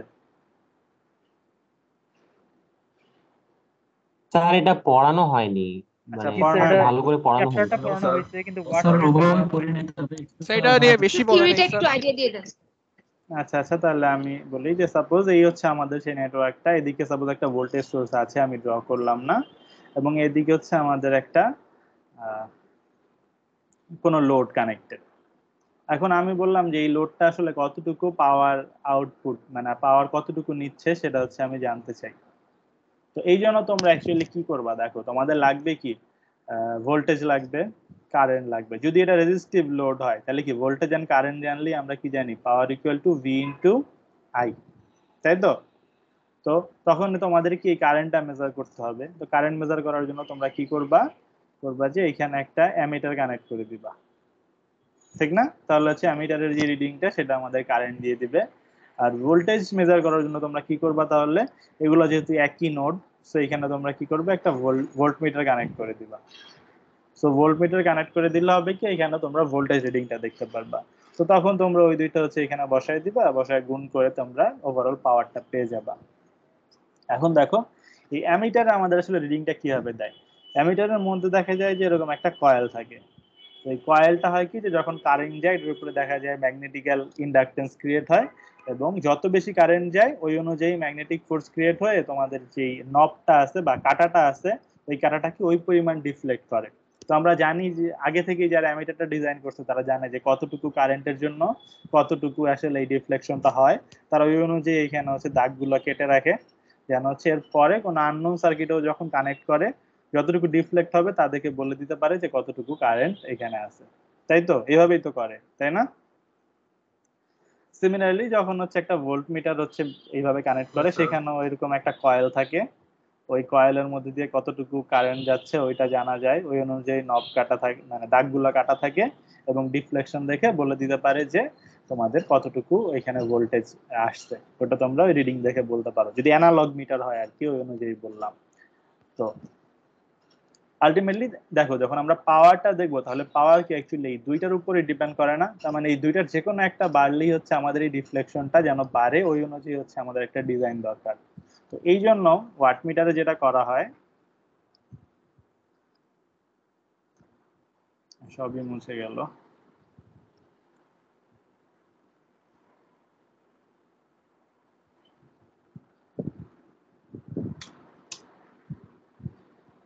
আচ্ছা ওয়াটমিটার যেটা করে, আমাদের যে এখানে অ্যামিটারটা ছিল তো ওই অনুযায়ী সাপোজ এখানে এই যে একটা কয়েল কানেক্ট করে দেওয়া হলো, এই কয়েলের কাজটা হচ্ছে এইটা বলা হচ্ছে কারেন্ট কয়েল বা সিসি। আর আমাদের যে ভোল্টমিটারটা ছিল সেইখানে এরকম একটা কয়েল কানেক্ট থাকে যেটা হচ্ছে পটেনশিয়াল কয়েল বা পিসি, এবং এই পুরাটা হচ্ছে আমরা এরকম একটা বক্স থাকে যেটা হচ্ছে আমরা ওয়াটমিটার বলে চালায় দিই। সো আলটিমেটলি আমাদের তাহলে কানেকশনটা কেমন থাকে, যে এরকম হচ্ছে একটা ওয়াটমিটার হিসাবে থাকে, যেখানে এরকম দুইটা নব থাকে, একটা হচ্ছে সিসি নব আর একটা যদি কালার চেঞ্জ করে করি একটা হচ্ছে এই যে আমাদের পিসি নব, এবং আমাদের এইখানে সাপোজ সার্কিট এসে কানেক্টে এখানে এরকম একটা সার্কিট, এই যদি আমাদের সেই নেটওয়ার্কটা থাকে এই লোড, তাহলে আমরা এখানে কানেকশন গুলো এমন ভাবে দেই যেন হচ্ছে এই কানেকশনটা ফুলফিল হয়, এবং তাহলে হচ্ছে আমরা এদিকে যে পাওয়ার আউটপুটটা সেটা অ্যাকচুয়ালি পাই। তো দেখো আমাদের যদি এই সেই নোডগুলো হয়, তো আমরা দেখি যে কারেন্ট কয়েলে কি হতে হয়, যে ইনকামিং নোড একটা কারেন্ট কয়েলে কানেক্টেড হয় এবং আউটগোয়িং নোডের একটা কারেন্ট কয়েলের অন্য প্রান্তে কানেক্ট হয়। তাহলে আমরা এইখান থেকে সাপোজ এই মাথায় কানেক্ট করে দিব আর এইখান থেকে এই মাথায় কানেক্ট করে দিব, তাহলে এইখানে যে কারেন্ট কয়েলটা আছে সেটা কি শর্ট হয়ে গেল। এটুকু বুঝতে পারছো? কেউ একটু রেসপন্স করো না হলে। হ্যাঁ, আর আর পিসির বেলায় কি হয় দেখো, পিসি হয় কি যে ইনকামিং যে লাইনটা সেটার সাথে একটা কানেকশন থাকে আর আউটগোয়িং যে লাইনটা সেটার সাথে আরেকটা কানেকশন থাকে। তো যেটা করতে হবে কি, তাহলে এই পয়েন্টের সাথে একটা শর্ট কানেকশন নিয়ে ডিরেক্টলি এখানে কানেক্ট করে দিবা, আর হচ্ছে তোমাদের এটা যদি ফুল কানেকশন থাকেই মানে ইন্টারনালি কানেকশন দিয়ে দিলা, দিয়ে হচ্ছে এটার সাথে এটার একটা কানেকশন দিয়ে দিবা, তাহলে হয় কি যে এখানেও ভোল্টেজ কানেকশনটা চলে আসে। তো তোমরা দেখবে যে ল্যাবে যখন করছো ওইখানেও সেম ওয়েতেই করছে, যে কারেন্ট কয়েলটা হচ্ছে ডিরেক্টলি শর্টে কানেক্ট করে দিছে আর কারেন্ট কয়েলটার একটা মাথা চলে গেছে হচ্ছে পটেনশিয়াল কয়েলের আরেক মাথায়, আর পটেনশিয়াল কয়েলের যে বাকি যে একটা মাথা ফাঁকা আছে সেটা হচ্ছে নিচের যে লাইনটা বা রেজিস্ট্যান্সের যে অন্য সাইডটা সেটার সাথে কানেক্ট বা গ্রাউন্ডের সাথে কানেক্টেড যদি বলি, এটা যদি আমাদের পজিটিভ হয়, এটা যদি গ্রাউন্ড হয় তাহলে অন্যটা হচ্ছে গ্রাউন্ডের সাথে কানেক্টেড, আর এই সাইডের দুইটাই হচ্ছে আমাদের প্লাসের সাথে কানেক্টেড, আর কারেন্ট কয়েলের অন্য মাথাটা চলে যাবে রেজিস্ট্যান্সের এক মাথার সাথে কানেক্টেড। ওকে, বা বলতে গেলে এই দুইটা অ্যাকচুয়ালি শর্টেড পয়েন্টই, কারণ ইন্টারনালি এটা হচ্ছে একটা কয়েল দিয়ে। সো এই ওয়েতে কানেকশন যদি দাও সেক্ষেত্রে এইখানের যেই তোমার এই কাটাটা থাকে ওই অনুযায়ী তোমাদের যে পাওয়ার কনজাম্পশন ওই অনুযায়ী এটা হচ্ছে ডিফ্লেক্ট করবে। আর যেহেতু আমরা এক্সপেরিমেন্টে ওইটা হচ্ছে রেজিস্টিভ লোডের জন্যই দেখবো, বাট এই ওয়াটমিটারটা অ্যাকচুয়ালি শুধুমাত্র রেজিস্টিভ না, যে কোনো টাইপ লোড হলেই যদি আর এল লোড হয় বা আর এল সি লোড হয় সেই ক্ষেত্রেও তোমাদের ঠিক পাওয়ার কনজাম্পশনটাই দেয়। সেই ক্ষেত্রে পাওয়ারের ইকুয়েশন হয় কি VI cos থিটা, এবং আমরা যদি সেই ওয়েতেও কানেক্ট করি তখন দেখবো যে ডিফ্লেক্ট অ্যাকচুয়ালি cos থিটার যে পোর্শনটা সেটাকে হচ্ছে রিফ্লেক্ট করতে পারে এবং আমরা অ্যাকচুয়াল যে পাওয়ার কনজাম্পশনটা সেটাই দেখতে পারি। তো তোমরা তো কানেকশনটা মোটামুটি বুঝলা, আমরা ভিডিওটা প্লে করি যেন হচ্ছে কারো কোনো কনফিউশন থাকলেও ওইটা দেখে মানে ফুলফিল হয়ে যায়। আজকে এক্সপেরিমেন্টে আমরা যে কম্পোনেন্টগুলো ইউজ করবো এর মধ্যে আমার যেটা ইম্পর্টেন্ট কম্পোনেন্ট হচ্ছে ওয়াট মিটারটা। তো আমাদের ওয়াট মিটারে 7টা টার্মিনাল থাকে জেনারেলি, এটা হচ্ছে খুব সিম্পলেস্ট একটা ওয়াট মিটার। এর মধ্যে আমাদের দুটো টার্মিনাল হচ্ছে এখানে, যেটা সেটা হচ্ছে এখানে এই দুটো টার্মিনাল হচ্ছে আমাদের পোটেনশিয়াল কয়েল আর এই দুটো টার্মিনাল হচ্ছে আমাদের কারেন্ট কয়েল। সো আমরা হচ্ছে যেই লোডের ভোল্টেজটা আসতে, যে লোডের পাওয়ারটা আসতে চাই সেই লোডের 1% পোটেনশিয়াল কয়েল, পোটেনশিয়ালটা দিব হচ্ছে দুটো পোটেনশিয়াল কয়েলে এবং সেটার সাথে সিরিজে দিব হচ্ছে কারেন্ট কয়েলটা আর কি। তাহলে আমরা ভোল্টমিটার এবং অ্যামিটার যেভাবে কানেক্ট করি সেইভাবেই। এছাড়া আমাদের এই এক্সপেরিমেন্টে আমাদের একটা ল্যাম্প হোল থাকবে, এটা হচ্ছে আমাদের ল্যাম্প হোল। এখানে 4টা ডিফারেন্ট বাল্ব কানেক্ট করা আছে প্যারালালে। তো আমরা এই সুইচগুলো অন অফ করে এই এক একটা বাল্বকে জ্বালাতে পারবো। আর এটা পাওয়ারটা আসছে হচ্ছে আমরা এই এসি পাওয়ার থেকেই নিব, আমাদের বোর্ড থেকে। এছাড়া আমরা হচ্ছে আমরা ওয়াট মিটার দিয়ে একবার পাওয়ার মাপবো এবং এরপরে বোর্ড থেকে এবং এখানে আমরা একটা ট্রান্সফর্ম মিটার ইউজ করবো যেটাকে অ্যাকচুয়ালি অ্যামিটারের কাজ করবে। তো এই বোর্ড মিটার থেকে আমরা ভোল্টেজ নেবো এবং ট্রান্সফর্ম মিটার থেকে আমরা কারেন্টের ভ্যালুটা নেবো, সেখান থেকে আমরা আলাদাভাবে পাওয়ারটা বের করবো। পরে আমরা ওয়াট মিটারের সাথে পাওয়ারটা বের করে যেটা কম্পেয়ার করবো। আচ্ছা, আমাদের সোর্স থেকে দুইটা টার্মিনাল আসছে। তো এই দুটো টার্মিনাল থেকে ফার্স্টে হচ্ছে আমরা লোডে কানেক্ট করি, যদি আমরা তারা ডিরেক্টলি এইভাবে কানেক্ট করে দিতে পারি। কিন্তু আমরা তো আসলে এটা পাওয়ারটা মেজার করতে চাই, আসলে লোডে কি পরিমাণ পাওয়ার আছে। তো আমরা আসলে এখানকার টিভিতে যেহেতু আমাদের এই ওয়াট মিটারে কারেন্ট কয়েলটা লাগাতে হবে, তো আমরা আগে এখানে একটা টার্মিনাল দিচ্ছি, মানে সোর্সের একটা টার্মিনাল আমরা সিরিজে লোডে যাওয়ার আগে যেন কারেন্ট কয়েলটাকে দিচ্ছি, তারপর সেখান থেকে কারেন্ট কয়েলটা হয়ে এটা আমাদের লোডে যাচ্ছে।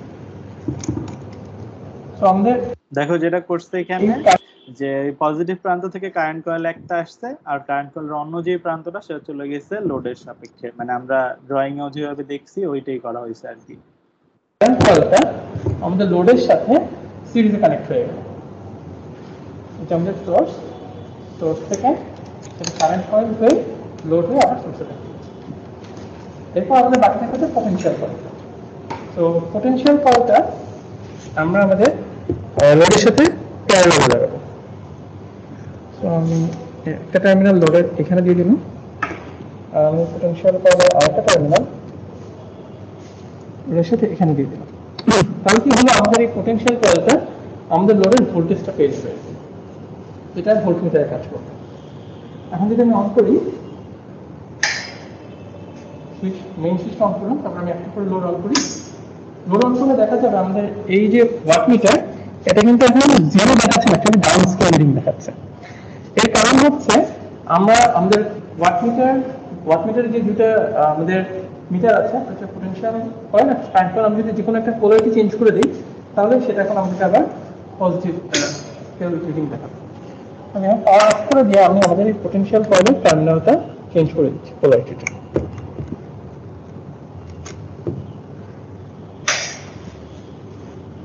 আমি সুইচ অন করি, এখন কিন্তু আমরা আমাদের ওয়াটমিটারের রিডিংটি দেখতে পারবো, যেটা এখন আসলে পজিটিভ স্কেল রিডিং দিচ্ছে। তো আমরা আসলে বুঝতে পারলাম যে যদি আমাদের কখনো ওয়াটমিটারে এরকম ডাউন স্কেল রিডিং দেখায়, তাহলে হচ্ছে আমরা যে কোনো একটা পোলারিটি, দুটো পোলারিটি চেঞ্জ করলে কিন্তু আবার মাইনাস মানে নেগেটিভই থাকবে। তো আমরা যে কোনো একটা কয়েলের পোলারিটি চেঞ্জ করে দিই। তো এটা হচ্ছে আমাদের ভোল্টমিটার।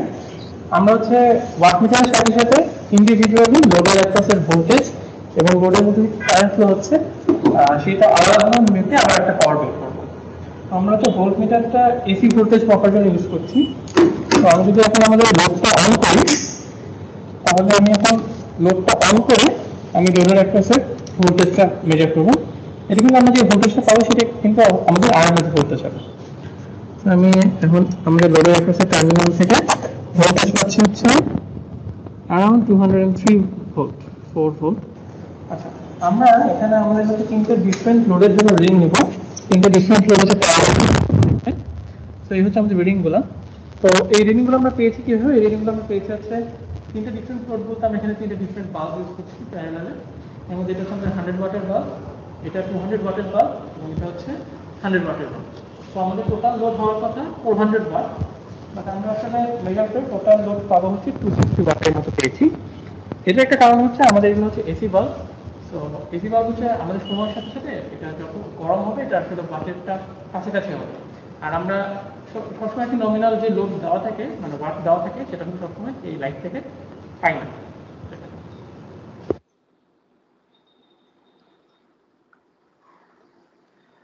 আচ্ছা, তো কারো কোনো কোশ্চেন আছে?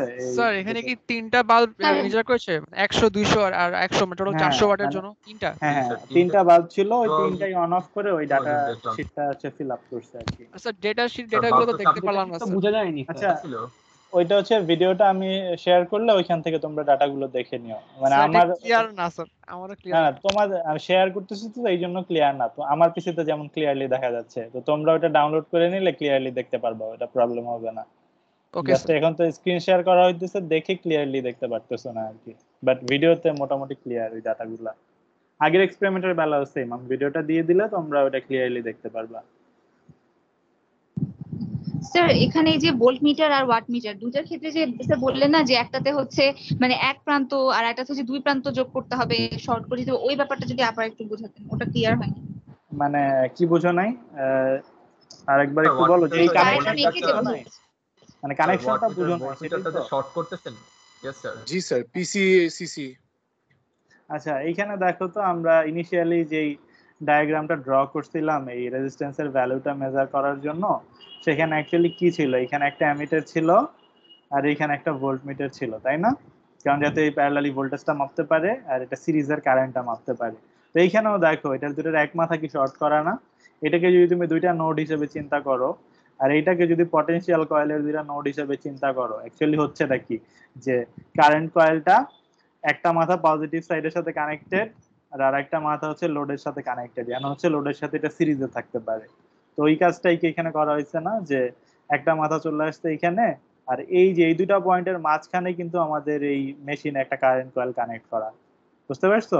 কারণ এইখানে তো আমরা কিছু দেখতে পারতেছি না, বাট ইন্টারনালি কিন্তু এর মধ্যে একটা কারেন্ট কয়েল কানেক্ট করা আছে।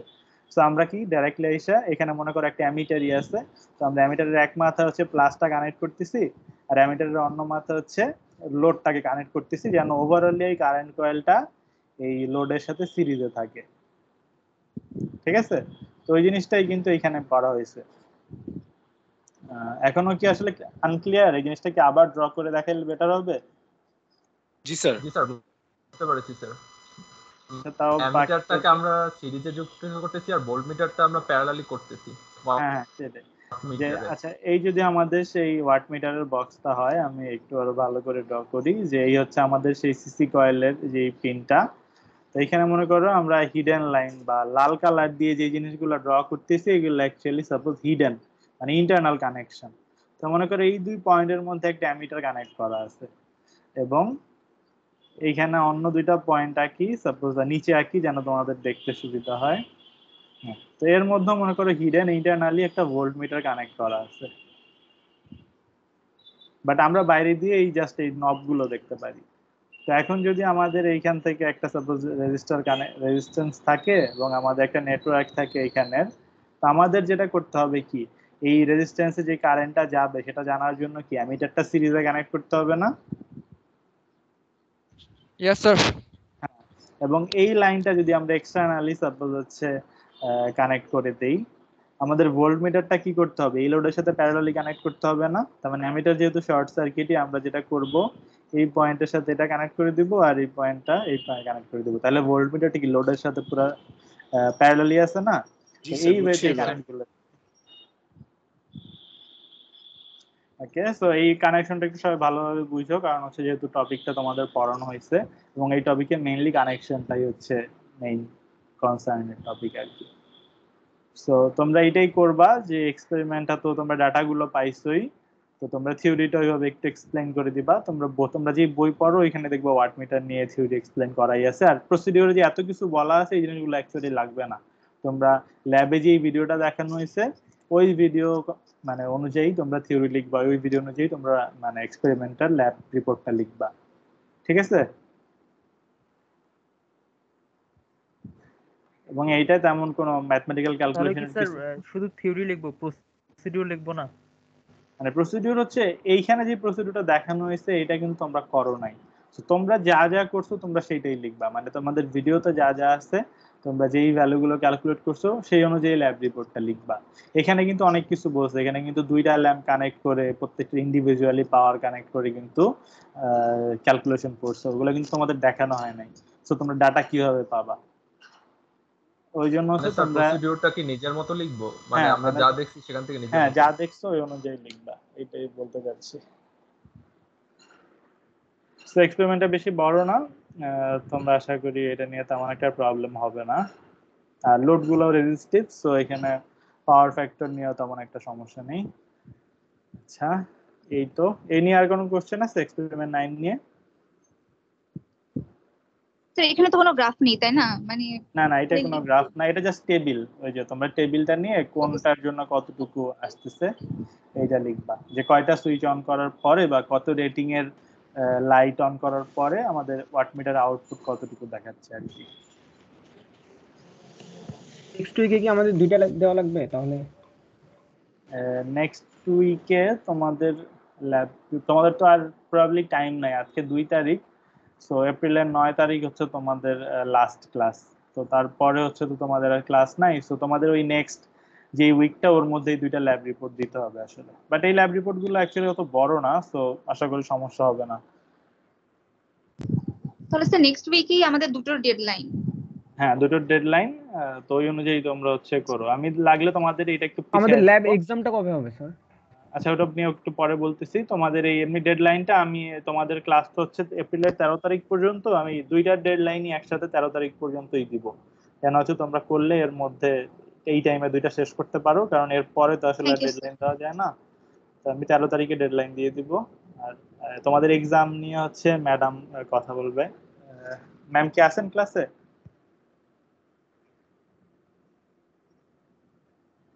আচ্ছা, আমার ভয়েস কি শোনা যাচ্ছে? হ্যাঁ ম্যাম, এখন শোনা যাচ্ছে। Yes ma'am. আচ্ছা, তোমরা নেক্সট উইকে আমার কাছে নেক্সট উইকে যেটা আগে একদম ফার্স্ট ক্লাসে বলেছে, তোমাদের একটা ভাইবা হবে, একটা কুইজ হবে, ঠিক আছে?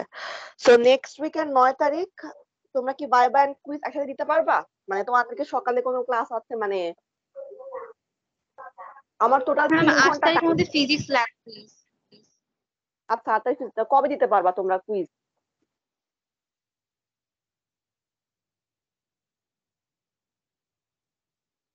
তো 9 তারিখ তোমাদের কুইজ নিতে চাচ্ছিলাম। সো ইন দ্যাট কেস একই সাথে তোমার ভাইবা আর কুইজ যদি একসাথে যদি হয়, একই দিনে হয়, তাহলে তোমাদের তো সুবিধা হবে কি তোমরা একবারে পড়া দিয়ে ওই সেম পড়া দিয়ে তোমাকে ভাইবা দিতে পারো, কুইজও দিতে পারবা।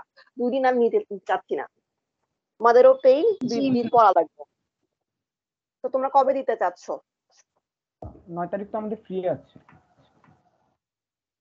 9 তারিখ ফ্রি আছো কখন? তাহলে হচ্ছে এমন হবে, আমি যেটা চাচ্ছি, যেটা করতে চাচ্ছি, তো ফার্স্টে হচ্ছে ভাইবা নিব।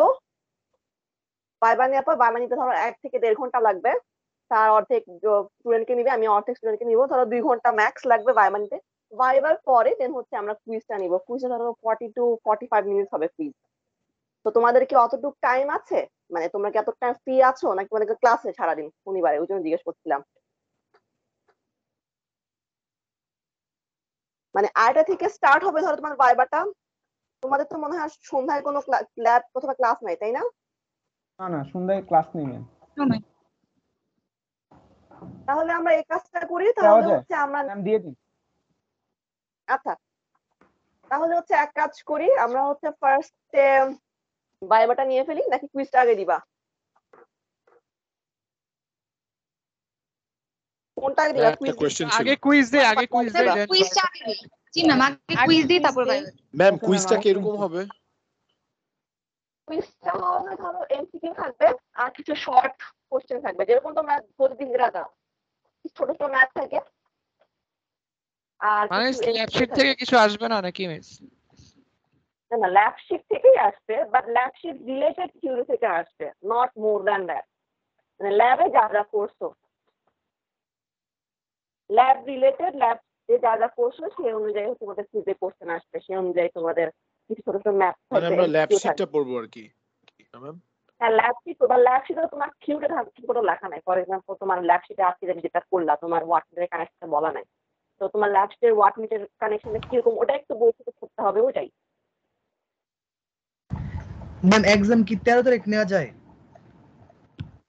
এক্সাম তাড়াতাড়ি নেওয়া গেলেও আমার হচ্ছে ডিউটি আছে, মানে মানে পরীক্ষা ডিউটি আছে, আমি তাই পারবো না। ম্যাডাম 12 তারিখে তো আমাদের মোটামুটি এত এত এত ক্লাস নেই ম্যাডাম 12 জি তারিখে। মিস, 12 তারিখ একটু দেখবেন মিস। ম্যাম 12 তারিখ কুইজ ম্যাম ডে। মঙ্গলবার, টিউসডে। আচ্ছা তোমরা কখন পারবা 12 তারিখ? ইশতিয়াক তুমি কি ফ্রি আছো কিনা 12 তারিখ? আমার হচ্ছে 10 তারিখের আগে হলে একটু বেটার হতো। তোমাদের কি 9 তারিখে আর কোনো এক্সাম আছে? মানে ওটার জন্য 8 তারিখে ফিজিক্স 8 তারিখে আচ্ছা, মানে বইটা লাস্ট উইকে আসলে তোমরা ফাঁকা পাওয়া খুব টাফ, বুঝতে পারছো? যে একদিনে যে 2-3টা কুইজ পড়ে না, অনেক সময় এইটাই লাগ থাকে লাস্ট উইকে। সো 8 তারিখে ওইটা হলো প্রবলেম নাই, তোমরা আগে থেকে যদি প্রিপারেশন নিয়ে নাও তাহলে 8 তারিখের পরে ওইটা এক্সাম দিয়ে দিলা। কারণ লাস্টের দিকে দেখা যায় যে মানে আমারও তো অন্য ল্যাবগুলোর দেখা যাবে কুইজ গুলো পড়ে যাবে, ম্যাডামেরও ডিউটি থাকে, তো ওই জন্য প্রবলেম হয় যে তোমাদের হয়তো 2টা ল্যাব বা কুইজ, আমাদের দেখা যায় আরো বেশি ডিউটি থাকে। সো এটা একটু দেখো যদি 9 তারিখে স্যার আসলে এই উইকে আমাদের সিটিও আছে, অ্যাসাইনমেন্ট আছে অনেকগুলা, তো একসাথে পড়ে যায়, তারপর ফিজিক্স ল্যাব ফাইনালে পড়ে যাবে, আবার ট্রিপলিও, এই জন্য বলছিলাম। ম্যাম মানডে নেওয়া যাবে? নেক্সট মানডে উইকে কয় রাখি তারিখ ম্যাম। পড়তেছে? 11 তারিখ। মানডে 11 তারিখ। 11 তারিখ ইশতিয়াকের হলে মনে হয় 11। সুবিধা হয় আমাদের। ম্যাম যদি ওরা মানে এই 10 তারিখের পরে দিতে চায় সেই ক্ষেত্রে ম্যাম তাহলে সন্ধ্যার পরে নিলে আমার জন্য সুবিধা হয় আর কি। মানে সন্ধ্যার আগ পর্যন্ত দেখা যাবে আমার একটা কাজের জন্য মানে প্রবলেম থাকে। তোরা যদি সন্ধ্যার পরে দিতে চায় সন্ধ্যায় দেই আমরা, সমস্যা নাই। সন্ধ্যায় ম্যাডাম ইফতার আছে না? সেটাই, মানে তোমাদের ইফতার ডিউটি দিয়ে তারি আছে না, তারাবি নামাজ তো আছে। সেটাই, তোমরা আবার অনেকে তারাবি পড়তে যাবা, তো এটা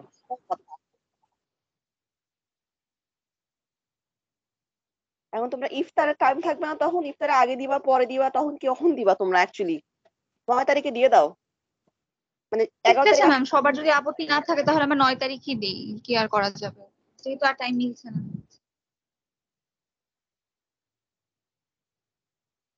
তাহলে আমরা 9 তারিখে রাখো, তোমরা হচ্ছে 8 তারিখ তো ইয়ে দিবা, 9 তারিখ তাহলে আড়াইটা স্টার্ট না করে তোমরা একটু পড়াশোনার টাইম পাবা। আমরা 3টা 3:30 স্টার্ট করলাম, ঠিক আছে? Okay ma'am.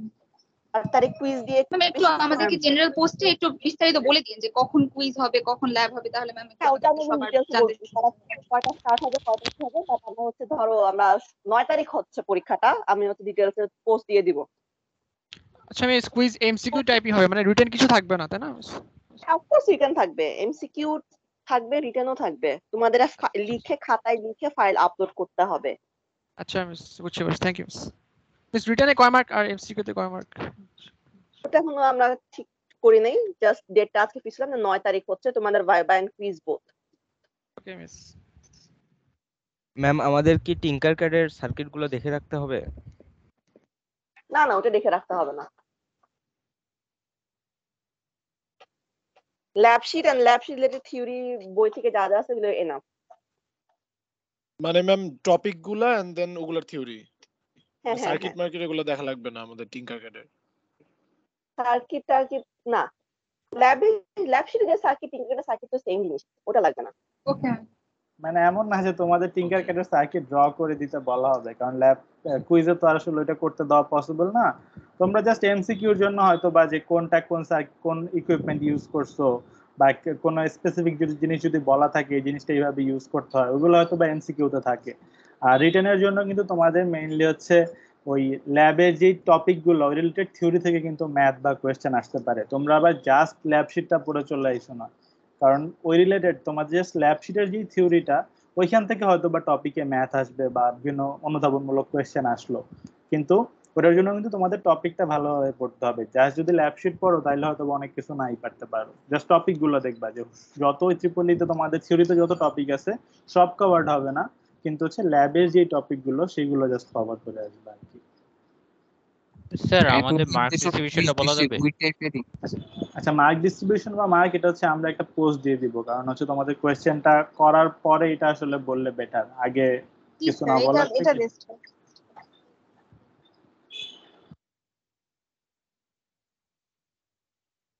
আর কারো কোনো কোশ্চেন আছে? ম্যাডাম এতদিন যে কুইজ দিছি ওই টাইপেরই কি কোশ্চেন আসবে মানে? হ্যাঁ, আর এই টাইপের এতদিন যা কুইজ দিচ্ছে ওগুলো একটু কোশ্চেন গুলো রিলেটিভলি ইজি, তোমার ভিডিওর সাথে সাথে। এই জন্য এখন তো একটু পড়ার টাইম পাচ্ছ, একটু ডিফিকাল্ট হবে। ডিফিকাল্ট মিন্স তোমাদের হচ্ছে অ্যান্সার করতে খুব একটা টাইম লাগতো না, এখন একটু থিঙ্ক করতে হবে যে এটা কিভাবে অ্যান্সার দেওয়া লাগবে। ফর এক্সাম্পল তোমরা হচ্ছে অসিলোস্কোপ দেখছো, কিভাবে তার ফ্রিকোয়েন্সি মাপে, আরএমএস ভ্যালু মাপে। ফর এক্সাম্পল একটা এরকম ওয়েভ শেপ দিলাম, ওয়েভ শেপ থেকে তোমাদের জাস্ট ফ্রিকোয়েন্সি আর ভোল্টেজ মাপবে, এরকম এত ইজি আসবে না। হয়তো ভোল্ট এখান এই মানে তোমার ওয়েভ শেপ থেকে দুটো ওয়েভ শেপ ইম্পিডেন্স বের করতে বলা হবে, এরকম মানে একদম স্ট্রেট ফরওয়ার্ড না যেটা 1 মিনিটে 2 মিনিটে বের করা ভাইবা যাবে। থেকে কত পার্সেন্ট মার্ক যাবে আর কুইজ থেকে কত পার্সেন্ট মার্ক যাবে আমাদের? আচ্ছা, ভাইভাতে আমরা ইউজুয়ালি 20 to 25% মার্কস রাখি, আর কুইজে হচ্ছে একদম কুইজে ম্যাক্সিমাম ওয়েট থাকে, সো কুইজটা ভালো করার চেষ্টা করবা। কুইজে 40 to 45% ওয়েট থাকে।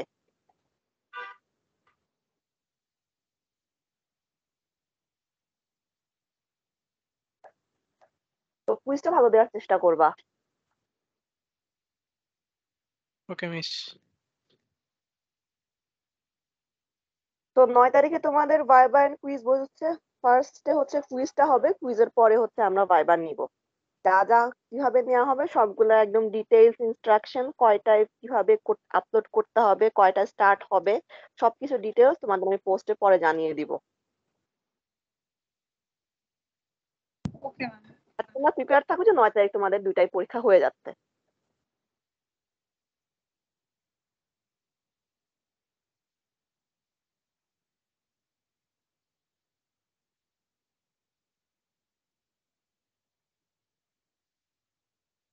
আচ্ছা, আর যদি কোনো কোশ্চেন না থাকে তাহলে হচ্ছে মিটিংটা এন্ড করে দেওয়া যায়।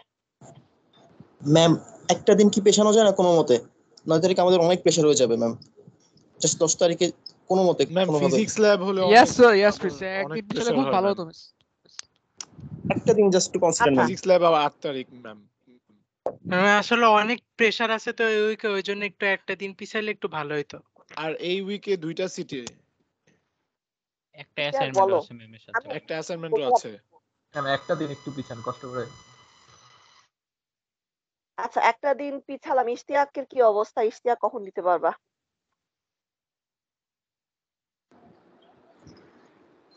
দশ তারিখ পারবা? আচ্ছা ম্যাম, এটা আসলে আমার তাহলে একটু মানে ডিসকাস করে জানাইতে হবে, তো এই জন্য আসলে আমি আগে থেকে কথা দিতে চাচ্ছিলাম না। যে যদি জাস্ট কুইজ হতো তাহলে হয়তো ম্যাম জাস্ট ওরা এক্সাম দিত, আমার জায়গায় হয়তো অন্য কেউ ডিউটি দিলে পারতো, কিন্তু ভাইবার জন্য তো একটু প্রবলেম হবে যে টাইমটা বের করা। ওইটার জন্য আসলে চিন্তা করতেছি যে কি করব। তাহলে হচ্ছে ইশতিয়াক তুমি কখন কি করে জানাই দিও। আচ্ছা ঠিক আছে ম্যাম, আমি জানাই দেবো। মানে তুমি 10 তারিখ কি দিতে পারবা কি পারবা নাকি ওটাও শিওর না ইশতিয়াক? মানে আমার যে একটা কাজ ছিল ওইটা অ্যাকচুয়ালি 10 থেকে শুরু হয়, এই জন্য আমি অ্যাকচুয়ালি 10-এর আগে ওদের সবকিছু শেষ করতে যাচ্ছিলাম আর কি। আচ্ছা আচ্ছা আচ্ছা, ও রাইট। তোমাদের কি তাহলে 8 তারিখের আগে অন্য কোনো টাইমে তোমরা ফ্রি নাই? মানে তোমরা কি তাহলে আগে দিতে পারবা যদি সেটা চাও? সেটা না ম্যাম, এই উইকটা পুরো প্রেসার। এই উইকটার জন্যই তো ম্যাম সমস্যা হচ্ছে। আচ্ছা তোমাদের তো 9 তারিখ অ্যাকচুয়ালি শনিবার পড়ে, সো তোমাদের বৃহস্পতি শুক্র তো ফাঁকা থাকে, তোমরা তাহলে ওই দুই দিন ইউটিলাইজ করতেছো না কেন? স্যার আমাদের তো 8 তারিখ হচ্ছে ফিজিক্স ল্যাবের কুইজ।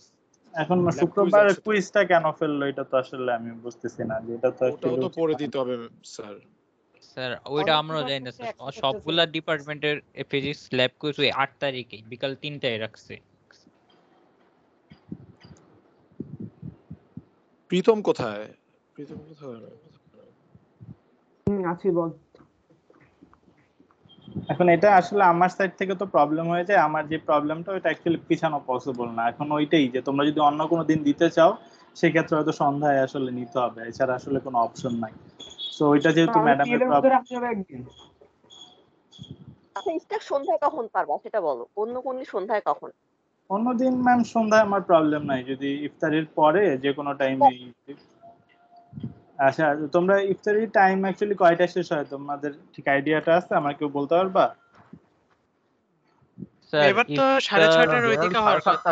জি স্যার, ইফতার 6:20-25 এর মধ্যে স্যার হয়ে যাবে। 7:30 থেকে তাহলে হচ্ছে চাইলে আমরা নিতে পারি কোনো কুইজ বা ভাইভা, কিন্তু তোমাদের কারো যদি কোনো প্রবলেম না হয়, কারণ অনেকে হচ্ছে আবার তারাবির নামাজ আছে। আপনি তো বলছেন স্যার 2 ঘন্টা 45 মিনিট এক্সটেন্ড করবে সময়, ওটা অনেকের ক্ষেত্রে প্রবলেম হতে পারে। 10টা বাজবে। কিসের কথা বললা? আচ্ছা মানে এক্সামটা আর কি 2 ঘন্টা 45 মিনিটের মতো এক্সটেন্ড করবে। হ্যাঁ রাইট, ওরকম লাগবে। আচ্ছা 10 তারিখ যেহেতু চাচ্ছ 10 তারিখ কুইজটা দাও, ঠিক আছে? 2:30টার দিকে দিতে পারবা? 2:30-3টার দিকে?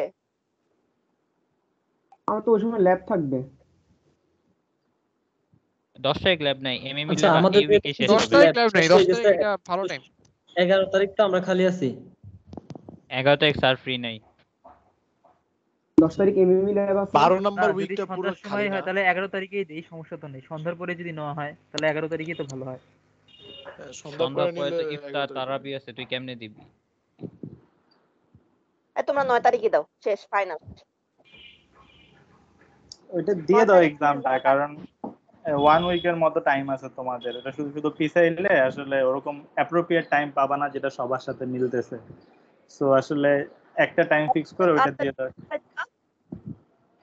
তারপরে 3টা ফিজিক্স দিয়ে 5টায় হবে শেষ তোমাদের কুইজ।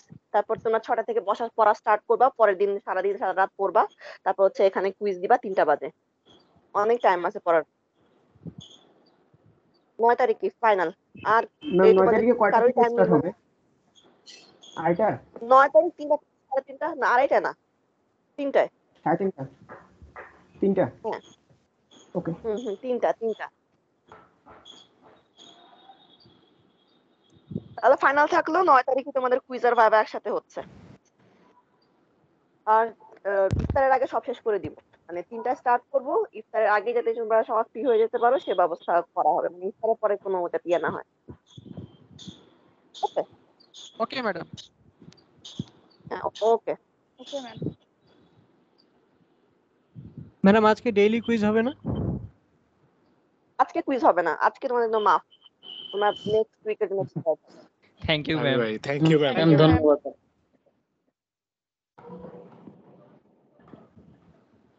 আচ্ছা তাহলে আমি ক্লাসটা শেষ করে দিচ্ছি। ম্যাম তাহলে ক্লাসটা শেষ করে দেই।